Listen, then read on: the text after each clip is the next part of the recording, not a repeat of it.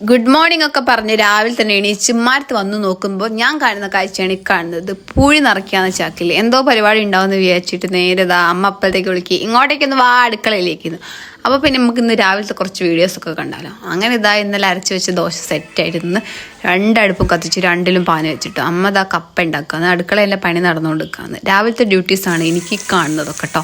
മീൻ പൊരിക്കുക, ദോശ ചൂടുക, പിന്നെ ഉപ്പേരി ഉണ്ടാക്കുക, അങ്ങനത്തെ ചില്ലറ ഡ്യൂട്ടീസാണുള്ളത്.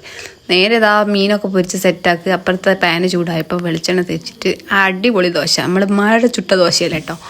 അപ്പുറത്തെ അടുക്കളേൻ്റെ പണി നടന്നുകൊണ്ടിരിക്കുകയാണ്. അപ്പോൾ ഈ കാണുന്നതൊക്കെ തേക്കാനുള്ള പരിപാടിയാണ്. 5000 കുട്ടമണൽ ഒറ്റയ്ക്കരിക്കുന്നവൻ, ലോക പ്രശസ്ത കോൺട്രാക്ടർ കാർത്തികേയന്റെ കോൺട്രാക്ട് തട്ടിയെടുത്തവൻ, മഹിഴ്മതി കൊട്ടാരം പണിയാൻ അവസരം കിട്ടിയ ആദ്യ മേശിരി.